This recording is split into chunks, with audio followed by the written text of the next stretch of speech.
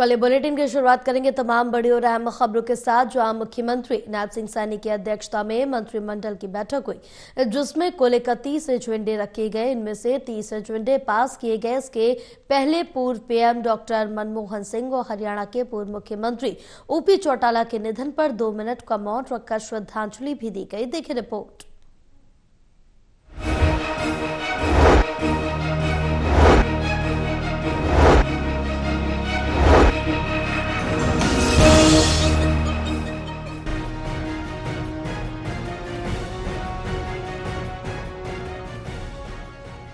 मुख्यमंत्री नायब सिंह सैनी की अध्यक्षता में मंत्रिमंडल की बैठक हुई।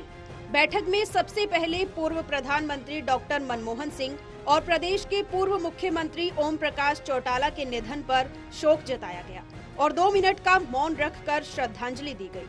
मंत्रिमंडल की बैठक में कुल 31 एजेंडे रखे गए। इनमें से 30 एजेंडे पास किए गए।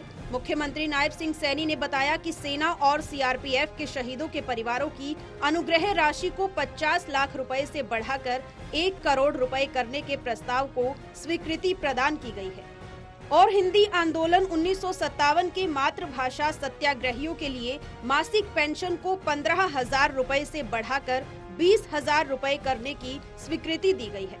मुख्यमंत्री ने बताया कि शहीद सब इंस्पेक्टर श्री जय भगवान की पत्नी श्रीमती कमलेश शर्मा को शामलात देह भूमि से 200 वर्ग गज का भूखंड आवंटित करने के प्रस्ताव को मंत्रिमंडल ने मंजूरी दी है। बता दें कि फरीदाबाद के वल्लभगढ़ ब्लॉक के गांव हीरापुर के रहने वाले शहीद जय भगवान ने 12 दिसंबर 1995 को आतंकवाद विरोधी अभियान के दौरान अपने प्राणों की आहुति दी थी।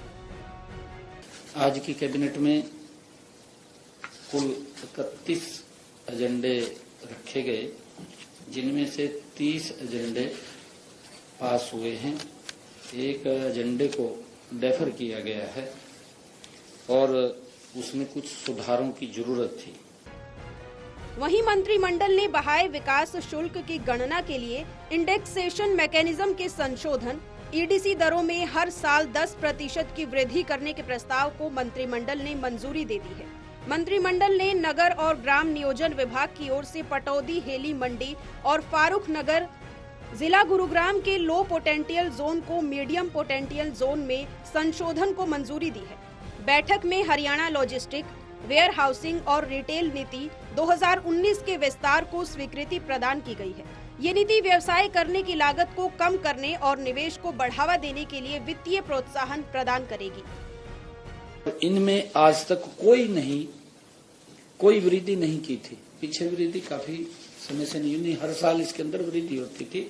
लगभग 5 साल इसको हुए, इसमें कोई वृद्धि नहीं, उसी आधार के ऊपर वो चल रहा था।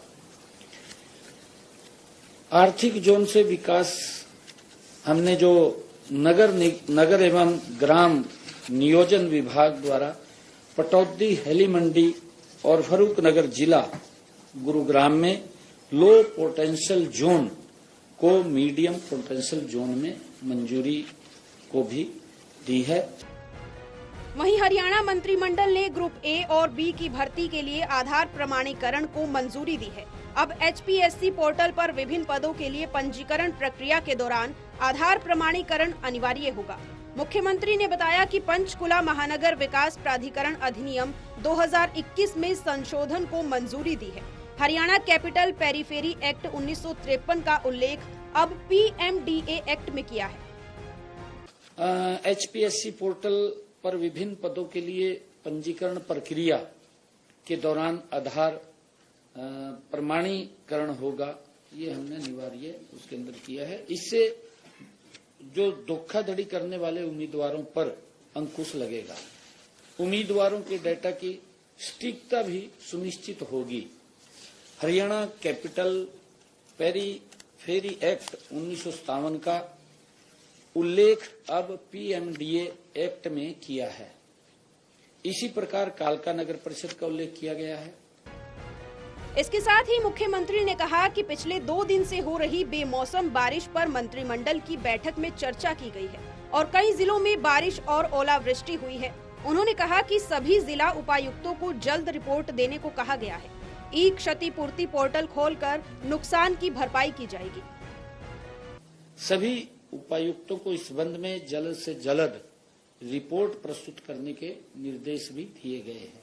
नुकसान का आंकलन के लिए ई क्षतिपूर्ति पोर्टल खोला जाएगा। आज ये भी इसके ऊपर चर्चा हुई है और चर्चा होकर के जो पिछले दिनों बरसात हो रही थी उसको लेकर के भी पोर्टल की।